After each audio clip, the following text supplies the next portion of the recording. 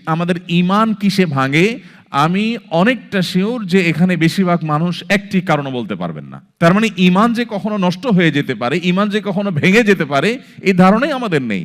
বরং আমাদের দেশে বিভিন্ন নেতৃস্থানীয় ব্যক্তিবর্গ বিভিন্ন সময় এমনভাবে কথা বলেন যেন ঈমান হলো লোহার চাইতেও শক্তিশালী কোনো পদার্থ। কোনো আঘাতে, এমনকি শিরকের আয়োজনের সাথে মিশে একাকার হয়ে গেলেও নাকি তাদের ঈমানের কোনো ক্ষতি হয় না। যার কারণে ঈমান নবায়ন করার গুরুত্বটা আমরা বুঝি না।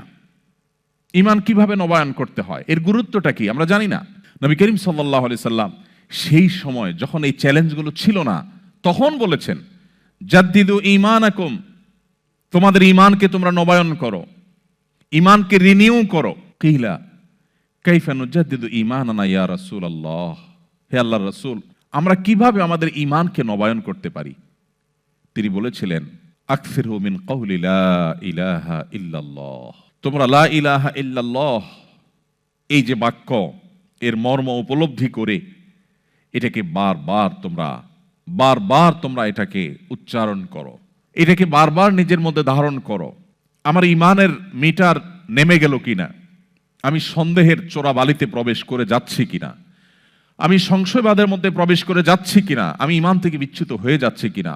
গভীর মনোযোগের সাথে আমার সম্পদকে যেরকম আমি প্রতিনিয়ত হিসেব নিকেশ করি, আমি যেরকম সব সময় আমার সামাজিক অবস্থান, আমার ক্যারিয়ার, এগুলোকে সব সময় যেরকম আমি টেক কেয়ার করার চেষ্টা করি, ঠিক একইভাবে ঈমানের টেক কেয়ার করা, ঈমানের নার্সিং করা, ঈমানের পরিচর্যা করা, এটা আমাদের ঈমানকে শক্তিশালী করার জন্য অপরিহার্য।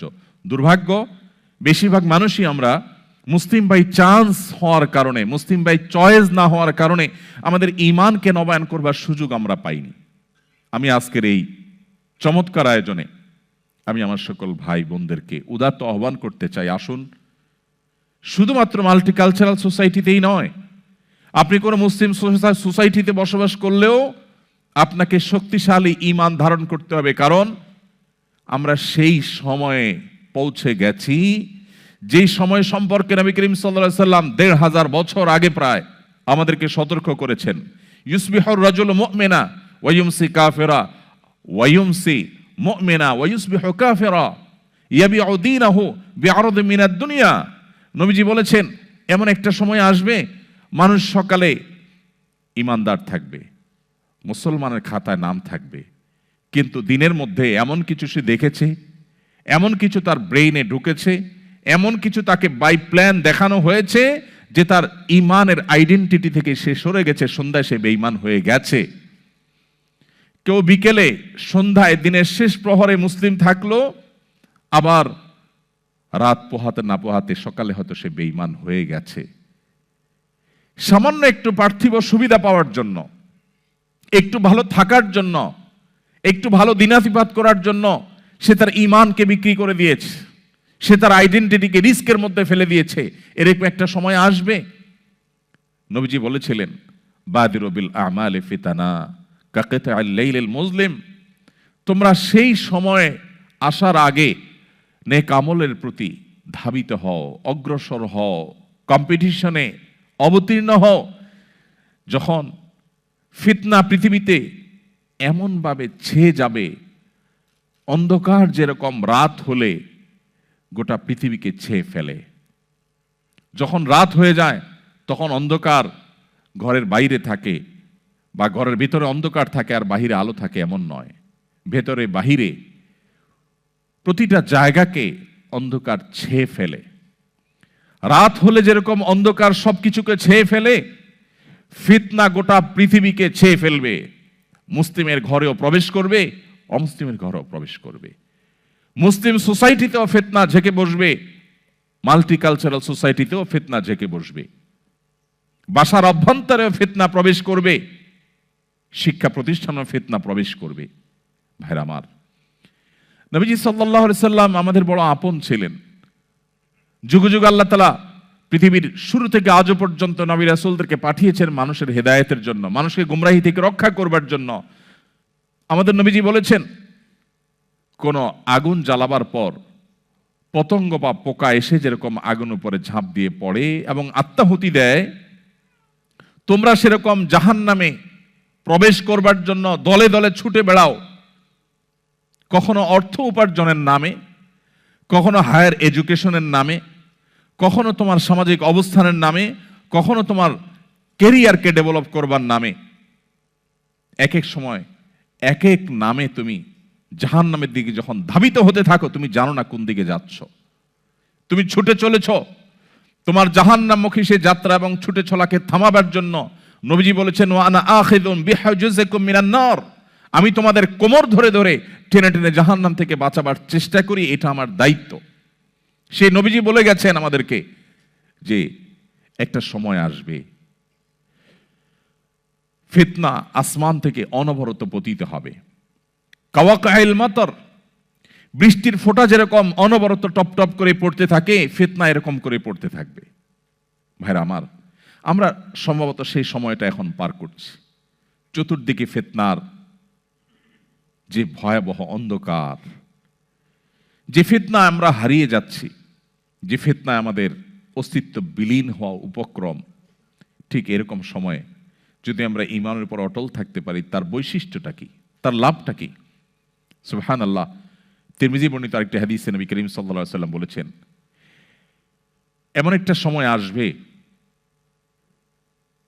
যখন ঈমানের উপরে অটল থাকাটা জ্বলন্ত জ্বলন্ত কয়লা, আগুনের কয়লা হাতে রাখার চাইতে কঠিন হবে বা হাতে রাখার মতো হবে। নবীজি বলেছেন, সেই সময়ে সবর করাটা, ঈমানের উপরে টিকে থাকাটা, সমাজের সবাই একটা স্রোতে দৌড়ায়, তার বিপরীতে দৌড়ানো সহজ বিষয় নয়। কিন্তু এই কাজটা যারা করতে পারবে, নবীজি বলেছেন তাদের কাজটা কষ্টসাধ্য এতটাই যে জ্বলন্ত আগুনের কয়লা হাতে রাখার চাইতেও বা রাখার মতো কষ্টের, কিন্তু এর বিনিময়টা আবার সেরকম ঈর্ষণীয়। তিনি বলেছেন 50 জন মানুষ আমল করে যে পরিমাণ সওয়াব পাবে, ওই সময় এই রকম প্রতিকূল পরিবেশে যিনি নিজের ঈমানকে, নিজের আইডেন্টিটিকে, নিজের আমলকে, নিজের মুসলমানিত্বকে যে ব্যক্তি বুলন্দ করে রাখবে, উঁচু করে রাখবে, ধরে রাখতে পারবে, আল্লাহ তাআলা তাকে 50 জন মানুষের আমলের সমপরিমাণ সওয়াব তাকে দান করবেন। তিনি নামাজ পড়বেন 1 রাকাত, সওয়াব পাবেন 50 রাকাতের। তিনি রোজা রাখবেন একটা, সওয়াব পাবেন 50টার। তিনি হজ করবেন একটা, সওয়াব পাবেন 50টার। সাহাবীরা অবাক হয়ে গেলেন নবীজির এই কথা শুনে। তখন তো সেরকম কোনো পরিবেশ ছিল না, ঈমানের জন্য অনুকূল পরিবেশ ছিল মদিনাতে। নবী করিম সাল্লাল্লাহু আলাইহি ওয়াসাল্লামের এই কথা শুনে তারা জিজ্ঞাসা করলেন, হে আল্লাহর রাসূল, আপনি যে বলছেন তখনকার মানুষেরা প্রতিকূল পরিবেশে ঈমানের উপরে টিকে থাকতে পারলে একজনে 50 জনের সওয়াব পাবে, সেই 50 জন কি আমাদের 50 জন নাকি তাদের সময়ের 50 জন? নবীজি তখন বলেছেন, আরে না, তাদের সময়ের না, তোমাদের মতো 50 জনের সওয়াব তারা পাবে। আল্লাহু আকবার। সাহাবায়ে কেরামের যে মর্যাদা, সেটা নতুন করে বলার অপেক্ষা রাখে না। কিন্তু প্রতিকূল পরিবেশে নিজের ঈমানকে, মুসলিম আইডেন্টিটিকে যদি কেউ উঁচু করে সেটাকে নিরাপদ রাখতে পারে, তার আঁচলকে বাঁচাবার জন্য সে যদি সংগ্রাম করে টিকে থাকতে পারে, জ্বলন্ত কয়লা হাতে রাখার মতো এই কঠিন কাজটি যদি সে করতে পারে, নবীজি সাল্লাল্লাহু আলাইহি সাল্লামের হাদিসের এই ভবিষ্যৎবাণীর আলোকে এই সুসংবাদ সে পাবে। আল্লাহ তাআলা আমাদের সবাইকে শক্তিশালী ঈমানের অধিকারী হওয়ার মধ্য দিয়ে এই প্রতিকূল পরিবেশে আমাদের ঈমানকে, আমাদের আইডেন্টিটিকে, আমাদের ইসলামকে আল্লাহ তাআলা সেফ এবং নিরাপদ রাখার তৌফিক দান করুন।